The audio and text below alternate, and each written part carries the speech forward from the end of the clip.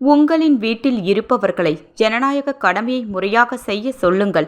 இதுவரை ஊழலை செய்யாதவர்களை தேர்வு செய்யுங்கள் என்று மாணவர்களுக்கு விருது வழங்கும் விழாவில் தவேகா தலைவர் விஜய் பேசியுள்ளார்.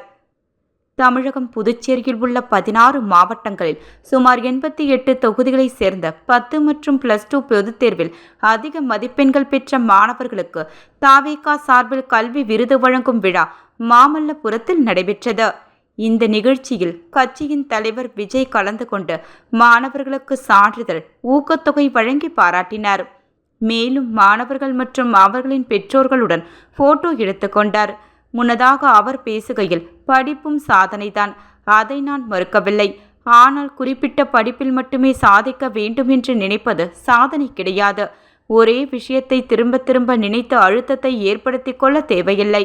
நீட் மட்டும்தான் உலகமா? நீட்டை தாண்டி இந்த உலகம் ரொம்ப பெரியது. எனவே உங்கள் மனதை ஜனநாயகமாக வைத்துக் கொள்ளுங்கள். ஜனநாயகம் என்ற ஒன்று இருந்தால்தான் இந்த உலகில் உள்ள அனைத்து துறைகளும் சுதந்திரமாக இருக்க முடியும். முறையான ஜனநாயகம் இருந்தால்தான் அனைவருக்கும் அனைத்தும் சமமாக கிடைக்கும். எனவே உங்களின் வீட்டில் இருப்பவர்களை ஜனநாயக கடமையை முறையாக செய்ய சொல்லுங்கள். இதுவரை ஊழலே செய்யாதவர்களை பார்த்து தேர்வு செய்யுங்கள். காசு கொடுத்து ஓட்டு வாங்கி ஜெயித்திடலாம் என்ற கலாச்சாரத்தை ஆதரிக்காதீர்கள். காசு வாங்காதீங்க. உங்கள் பெற்றோர்களிடம் எடுத்து சொல்லுங்க. நீங்களே பாருங்க, அடுத்த வருடம் வண்டியா கொண்டு வந்து கொட்டுவாங்க. என்ன பண்ண வேண்டுமென்று உங்களுக்கு நல்லா தெரியும் என தெரிவித்தார்.